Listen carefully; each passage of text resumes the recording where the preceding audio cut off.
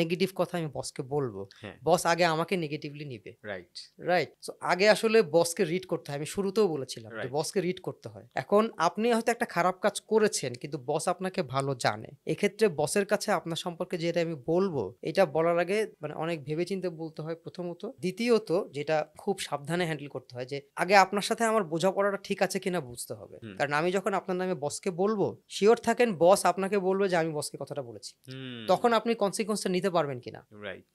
আপনি যদি বুঝেন যে বস তাকে বলে দিবে যে নূর সাহেব, মঞ্জুর সাহেব তো আপনার সম্পর্কে এই কথাটা বলেছে, আপনি তো ভাই এই কাজটা ভালো করেন নাই, হ্যাঁ, তখন নূর সাহেব মঞ্জুর সাহেবকে কেমন জানবে? এই রিলেশনশিপের ব্রিজটা কিন্তু ভেঙে যাবে। রাইট। সো মানে এটাকে খুব ডেলিকেটলি হ্যান্ডেল করতে হয়, হুম, কারণ হুম, অফিসে আমরা কিন্তু দিনের একটা বড় অংশ কাটাই। হুম। আমরা যদি অপ্রীতিকর সম্পর্কের মধ্যে থাকি তাহলে ওইটা দিন শেষে আমাদের মধ্যে একটা সাইকোলজিক্যাল স্ট্রেস তৈরি করে। হ্যাঁ, মেন্টাল হেলথের জন্য খুব খারাপ। হ্যাঁ, তো এই স্ট্রেসটা এভয়েড করার উপায় হচ্ছে কনফ্লিক্ট এভয়েড করা। আর হুম, কনফ্লিক্ট এভয়েড করার উপায় হচ্ছে নেগেটিভ কথা কম বলা। ওকে। এবং নেগেটিভ কথা যদি আপনাকে বলতেই হয় এটাকে খুব কনস্ট্রাকটিভলি প্রেজেন্ট করতে হয়, মানে ওইখানে ইমোশনাল ইন্টেলিজেন্স চলে আসে। একটু আমাদের যদি একটা এক্সাম্পল দিয়ে বলেন যে একটা নেগেটিভ কথা আমি ফিডব্যাক আকারে দিতে চাই, হ্যাঁ, বাট আমি কিভাবে জিনিসটা কিউরেট করে বলবো? এটা সবসময় এক্সাম্পল দিয়ে এবং বেটার অপশনটা প্রেজেন্ট করে বলতে হয়। হুম, আমি ছোট্ট একটা এক্সাম্পল দিই, ধরেন হুম, আপনাকে আমি বললাম নূর সাহেব আপনি যে কাস্টমারের সামনে হুম, কোম্পানি সম্পর্কে এটা বললেন বা বস সম্পর্কে এটা বললেন, হুম, হুম, এটা তো বস তো পচে গেল তার কাছে। হুম, হুম। আমি বসের সামনে আপনাকে এই কথা বললাম যে নূর সাহেব আপনি বসের সম্পর্কে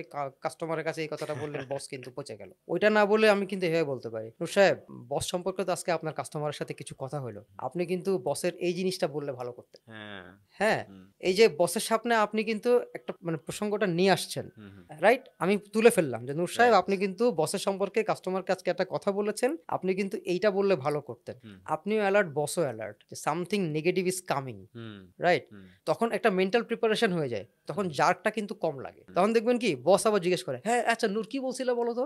ঠিক আছে? তখন আমি বলব, "না বস তেমন কিছু বলে নাই।" হুম, ঠিক হুম, আছে? হুম, তো আমি কিন্তু আপনাকে পচাইলাম না, কিন্তু হ্যাঁ, বসকে জানাইলাম যে আপনি বস সম্পর্কে নেগেটিভ কথা বলছেন। কারণ দিন শেষে এমনও হতে পারে যে বস সম্পর্কে আপনি কাস্টমারকে যে নেগেটিভ কথাটা বলছেন, কাস্টমারই হয়তো বসকে বলবে। রাইট, মানে the world is so small, আমি এটা প্রতিনিয়ত ফিল করি। আমি এমন এক জায়গায় মানে একেক জায়গায় গিয়ে এমন মানুষকে পাই যাদের সাথে আমি অনেকদিন আগে ইনভলভ ছিলাম। ওকে, তো ওই লোকটার সাথে যদি ওই সময় আমার সম্পর্ক খারাপ থাকতো, হুম, হ্যাঁ? আমার সাবঅর্ডিনেট ছিল যে সে আজকে আমার কাস্টমার। রাইট। তো ওই সময় যদি তার সঙ্গে আমার সম্পর্ক খারাপ থাকতো, আজকে সে আমার কাস্টমার হয়ে আমাকে সে পেইন দিবে না? মানে রাইট, হ্যাঁ, খুবই মানে সিগনিফিক্যান্ট একটা জিনিস উঠে আসছে। কারণ আপনার এখন ক্যারিয়ার ২০ বছরের। ২০ বছরের সময় কত মানুষের সাথে কোথায়, কোথায় পরিচয় হইছে এবং তারা কিন্তু একেকজন মানুষ এখন একেকটা পর্যায়ে চলে গেছে এবং সামনে যদি আরো ২০ বছর আপনি কাজ করেন, তাহলে ওই লং কনসিকুয়েন্সেস টা মাথায় রেখেই আসলে আমাদের কমিউনিকেট করা উচিত। এটা অনেক ক্ষেত্রে হয়তোবা শর্ট টার্ম এ আমরা ভুলে যাই। হ্যাঁ, এইটা হচ্ছে এমপ্যাথির জায়গা থেকে আমি বলছিলাম। হুম, আমার 5th পয়েন্ট ছিল এমপ্যাথি।